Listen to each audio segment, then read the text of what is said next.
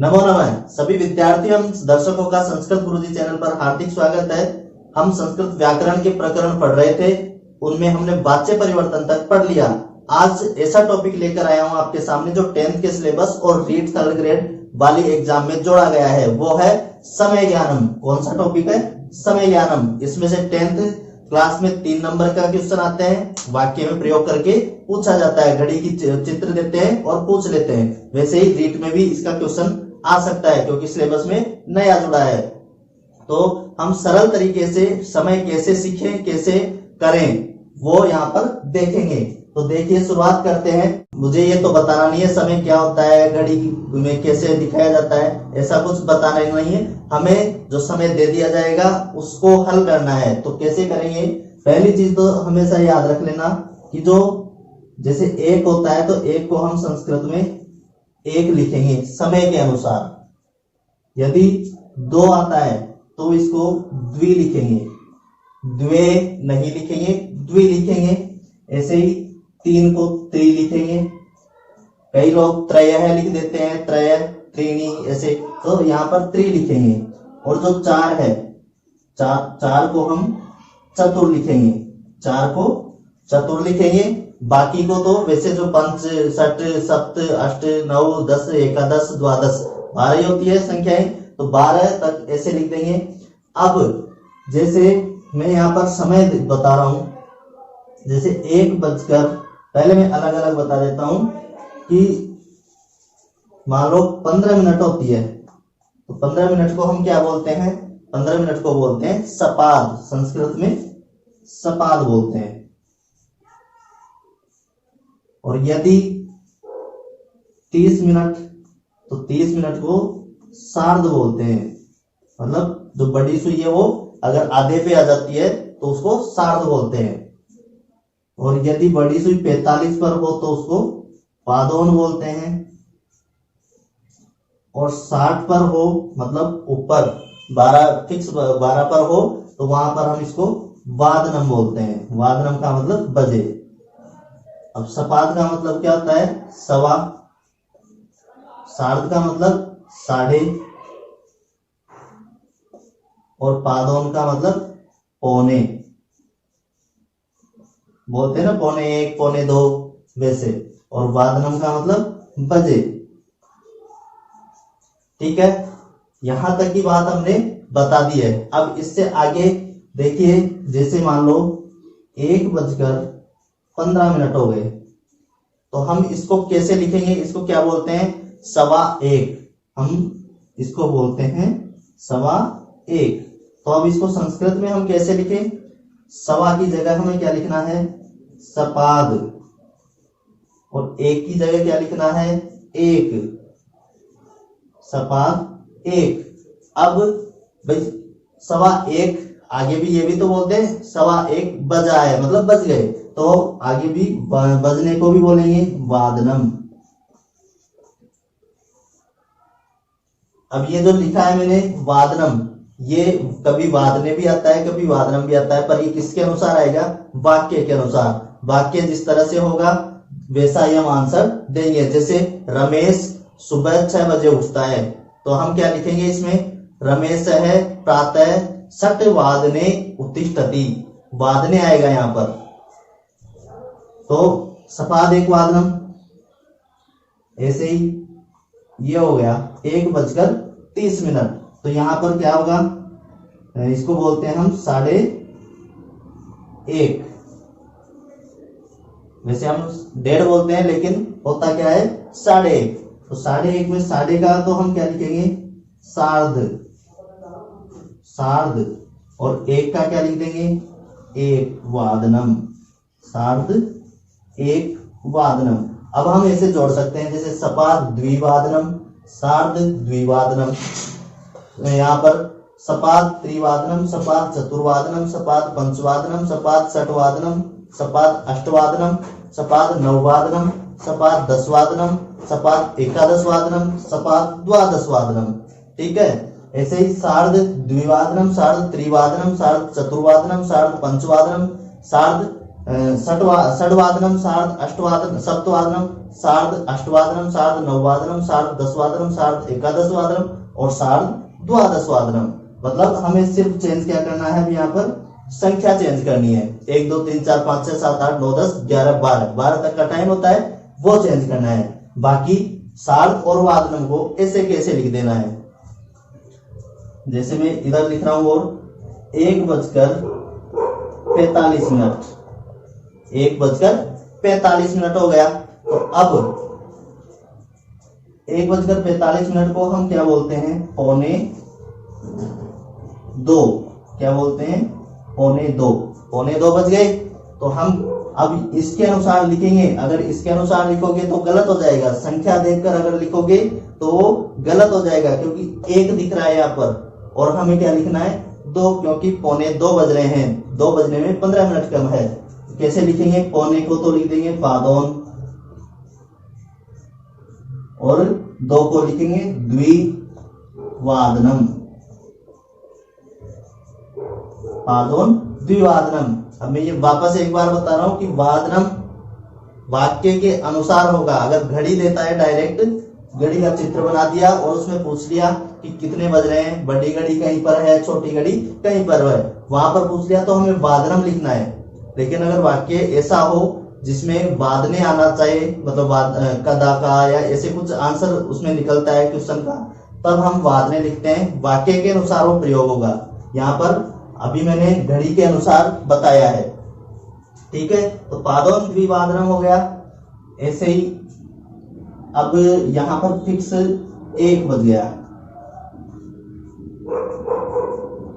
तो इसको हम क्या लिखते हैं, 1 बजे या 1 बज गया। तो इसको 1 पहले लिख देंगे, 1 बजे का वादनम। तो सिंपल सा लॉजिक समझ लेना।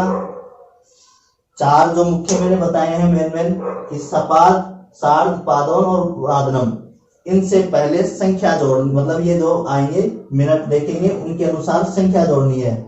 ऐसे ही यहाँ पर 1:45 हुआ तो 1:45 बजे, 2 यहाँ पर 2:45 होता तो 2:45, और 2:45 को कैसे लिखते हैं, पादोन त्रिवादनम, पादोन चतुर्वादनम। अगर अब आगे बढ़ते चल रहे हैं, पादोन चतुर्वादनम, पादोन पंचवादनम, पादोन षड्वादनम, पादोन सप्तवादनम, पादोन अष्टवादनम, पादोन नववादनम, पादोन दसवादनम, पादोन एकादशवादनम, पादोन द्वादशवादनम। तो ये 12 तक बज गए। ऐसे ही 1 वादनम, द्विवादनम, त्रिवादनम, चतुर्वादनम, पंचवादनम, षटवादनम, सप्तवादनम, अष्टवादनम, नववादनम, दसवादनम, एकादशवादनम और द्वादशवादनम। तो ये सिर्फ संख्या चेंज होगी और कहीं कोई चेंज नहीं करेंगे। बात यहां तक की समझ में आ गई होगी। इसका स्क्रीनशॉट ले लो, मैं अभी घड़ी बनाकर भी बताऊंगा, ठीक है। अगला देखिए, अब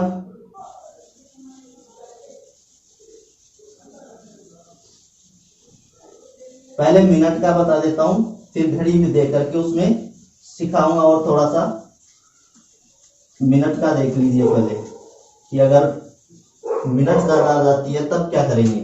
जैसे मान लो 1:01 आ गई, 1:01, तो इसको कैसे लिखेंगे। पहली चीज, मिनट को क्या बोलते हैं, मिनट को वैसे निमेष है या फिर कला, ये 2 तो मुख्य अर्थ है। पर हम अगर इनको नहीं बोले, सरलता से प्रयोग में करें तो क्या लिखेंगे, अधिकम। अगर ज्यादा है तो अधिकम और कम है तो न्यून लिख सकते हैं, न्यूनम, या फिर न्यूनम की जगह ऊन लिख सकते हैं, ऊन, क्योंकि कम का अर्थ संस्कृत में कम को न्यूनम बोलते हैं और ऊन भी बोलते हैं। अब देखो 1:01 हुआ तो क्या बोलेंगे, 1। अब इस ये अधिक है तो हम सरलता से बोल देंगे 1 अधिक 1 वादनम, 1 अधिक 1 वादनम। अब इसको हम मिला भी सकते हैं, दीर्घ संधि हो रही है, एकाधिक 1 वादनम। ऐसे ही 1:02, तो द्वि अधिक एकवादनम, द्वि अधिक एकवादनम। अब यहाँ पर भी संधि हो रही है, कौन सी? यण संधि। इसको हम लिख सकते हैं वैसे, जैसे संधि करके लिख दिया द्वि, इसमें से निकाला ये द्वयाधिक एकवादनम, द्वयाधिक एकवादनम ऐसे भी लिख सकते हैं। यण संधि करके अलग अलग लिखोगे तो ऐसे लिख सकते हो, या फिर यहां पर लिख सकते हो एक निमेष अधिक एकवादनम, द्विनिमेष अधिक एकवादनम, या अधिक नहीं लिखो तो उत्तर लिख सकते हो, जैसे एक निमेषोत्तर, निमेष उत्तर एकवादनम, द्विनिमेष या कला उत्तर एकवादनम, उत्तर को भी मतलब आगे। तो यहां तक हो गया। अब ये आगे की मैं नहीं बता रहा क्योंकि बाकी आगे बढ़ाते चलो, 3 4 5 6 7, वैसे यहाँ पर संख्या लिखनी है हमें, 1 2 3 4 5 6 7, 1 2 3 4 5 6 7 8 9 10 11 मिनट तो 60 तक है, तब तक की संख्या पढ़ी होगी, संख्या से आपको पता चल जाएगा। वैसे हमारे ये जो मिनट है वो ज्यादा आती नहीं है, मुख्य मुख्य जैसे यहां से ले लिया 10, 1:10 हुआ, तो इसको क्या लिखेंगे? दशाधिक एकवादनम, मतलब 10 अधिक हो गई है, 10 मिनट अधिक हो गई है 1 बजने में, मतलब 1:10 मिनट अधिक हो गई है। जैसे 1:50, इसको क्या लिखेंगे? 1:50। अब इसको ये तो नहीं है कि 1 के अनुसार ही चलते रहेंगे लास्ट तक, थोड़ा कम भी करेंगे, तो 1:50 का मतलब क्या होगा कि 2 बजने में 10 मिनट कम है, तो क्या लिखेंगे इसको?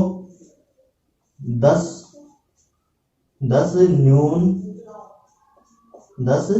न्यून द्विवादनम, मतलब 10 मिनट कम है 2 बजने में। या फिर इसको क्या लिखेंगे? 10 ऊन, इन दोनों को मैं मिलाकर लिख रहा हूं, दसोन द्विवादनम, 10 + 1 को करेंगे तो गुण संधि हो जाएगी, दसोन द्विवादनम, ये आ जाएगा आगे। तो मतलब अगर 10 मिनट कम है तो ऊन, और 10 मिनट ज्यादा है तो अधिक। ऐसे ही मान लो 20 मिनट कम है तो कम का तो क्या करेंगे? ऊन कर देंगे, और अगर ज्यादा होगा 20 मिनट ज्यादा है तो अधिक कर देंगे। तो इस तरह से ये निमेष वाला मिनट वाला भी मैंने यहाँ पर समझा दिया है। हमें सिर्फ संख्या चेंज करनी है और कुछ चेंज नहीं करना। अगर एक यहाँ पर मिनट हो रही है, 2 मिनट हो रही है तो चेंज हो गया, 1 2 3 आ जाती तो 3, 4 आ जाती तो चतुर, है ना। जैसे अब मैं घड़ी बना रहा हूं, यहां तक स्क्रीनशॉट ले लो, मान लो यही घड़ी है, गोल नहीं बना पर यही घड़ी है। देखो यहां पर बीच केंद्र है, ऊपर 12, 1 2 3 4 5 6 7 8 9 10 और 11, ये घड़ी है। एक सुई छोटी होती है इसमें, एक बड़ी और एक सेकंड। सेकंड को हम संस्कृत में क्या बोलते हैं? सेकंड वाली जो घड़ी है, सेकंड वाली जो सुई है वो चलेगी तो हम उसको बोलेंगे क्षणम। सेकंड को हम बोलते हैं क्षणम। अब देखो जैसे छोटी सुई है 4 और 5 के बीच में, और बड़ी सुई है 3 पर। बड़ी सुई कहां पर है? 3 पर। तो अब क्या बज रहे हैं? 4:15 बज रहे हैं। ऐसे ही दिखाएगा घड़ी, चित्र आएगा ना उसमें ऐसे ही दिखेगी। तो 4:15 बज रहे हैं, तो इसको हम क्या लिख देंगे? सपाद चतुर्वादनम, चतुर्वादनम। ठीक है। ऐसे ही मान लो ये सुई बड़ी वाली घूम जाए और घूम करके कहाँ जाए, 6 पर।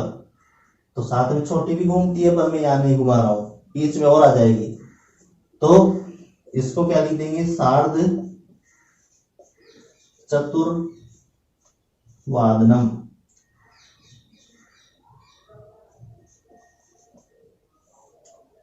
ठीक है,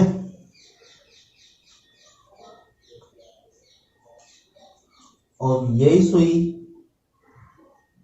अब मैं दोनों को मिटा रहा हूं, छोटी सुई 4 से बढ़ते बढ़ते बढ़ते लगभग 5 के पास में आ गई, और ये सुई यहां आ गई बड़ी वाली 9 पर। अब कितने बज रहे हैं, 4:45।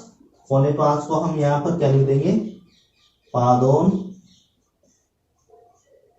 पंचवादनम, पादोन पंचवादनम। और जैसे ये बड़ी सुई 12 पर पहुंची और छोटी सुई 5 पर आ गई, ये 5 पर आ गई और ये 12 पर चली गई बड़ी। तो कितने बजे, 5 बज गए।